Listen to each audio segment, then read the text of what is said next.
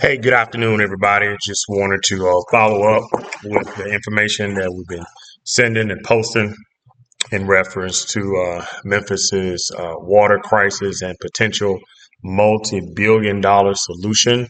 I want to go over a couple things. First off, there was an article. A lot of you guys in Memphis saw the news report, but and I'm not in Memphis. I'm in Houston, by the way, but I'm keeping up with everything, so I'm able to watch a lot of stuff via YouTube and just online. But I saw the information about the wastewater plant that XAI was supposed to build and basically, reneged on.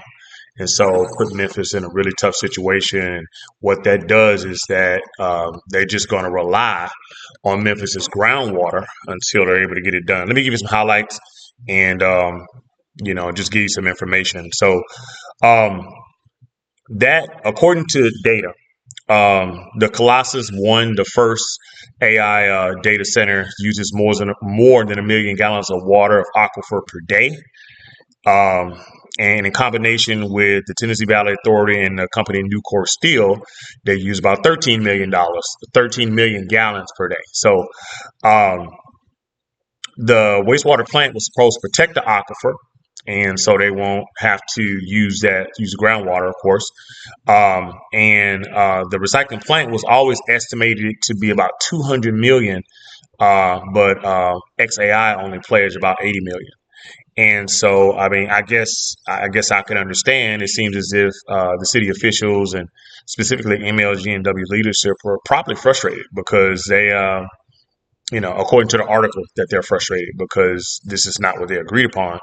And Mayor Young specifically said that he's on record just demanding this from this company.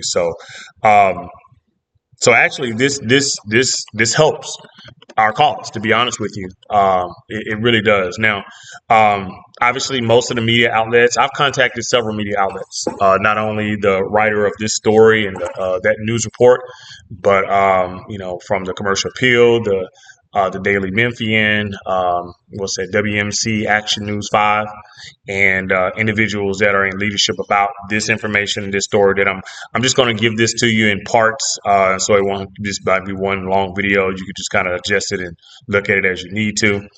But to be honest with you, this situation is why Memphis needs to create what we've termed the Blue Memphis Natural Resource Authority. That gives them legal rights, which extraction caps and mandatory licensing framework.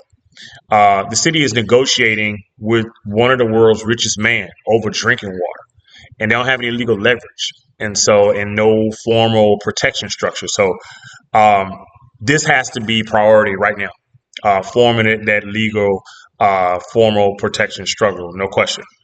And so you got a bunch of folks. You got a bunch of folks from various news outlets: Fox 13, again, Action News 5, Commercial Appeal, Daily Memphian.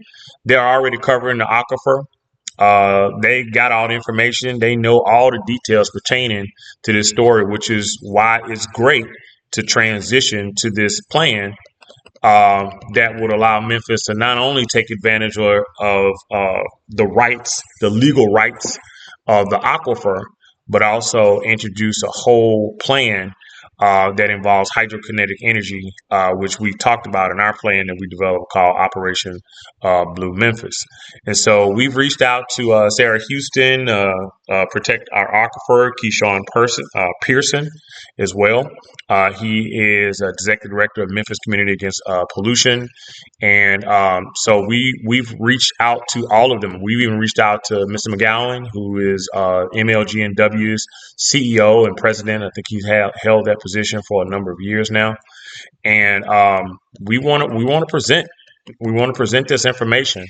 We want to present this information to them. So the thing that I guess the biggest highlight, if you want to put it in a numbers perspective, is XAI, the Tennessee Valley Authority, and Nucor Steel, again, use about 13 million gallons of water, of our precious underground water per day. And I say our, even though I'm not living in Memphis.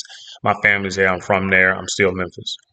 Um, so at the licensing rate of 50 cents or $2 per 1,000 gallons, That's going to be $6,500 a day, which would equal about $2.3 million from year from just these three companies.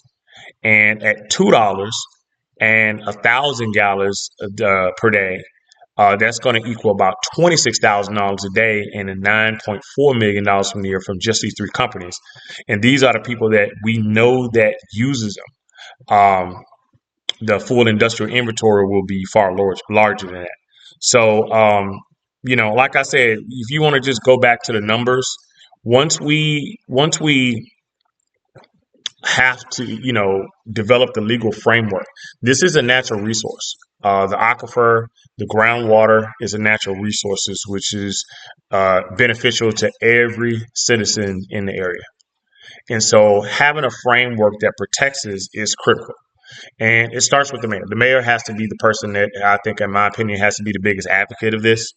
And with the support of all of the organizations and city officials and the state and even federal officials, but it has to be protected. We have to take advantage of it as best as we can. Otherwise, we're just going to get steamrolled. They're gonna use up all that water and use up all the precious Memphis's most precious natural resource, and they're just going to move on to the next city once they're done. So again, that's my opinion there. So that's free of charge. So we sent this information to a bunch of people who, just an opportunity to be able to present our plan. Operation Blue Memphis not only covers the aquifer first, which begins with protection, and then how we can use it to benefit our area, our city, our region, and also probably the bigger portion is a hydrokinetic energy plan, which is exponential and has the opportunity to produce billions of dollars once fully functional and fully operational. So, listen, we'll be coming to you with just a few of these different videos, just giving you bite-sized chunks for those people who are interested in it. I'm very interested in it. Like I said, I love Memphis. I want Memphis to be. It turns out I didn't realize that Memphis could be one of the wealthiest cities in the country if we just take advantage of the things that we already have in place. So, at any rate, thanks, guys. Appreciate your time. Talk to you guys soon. God bless.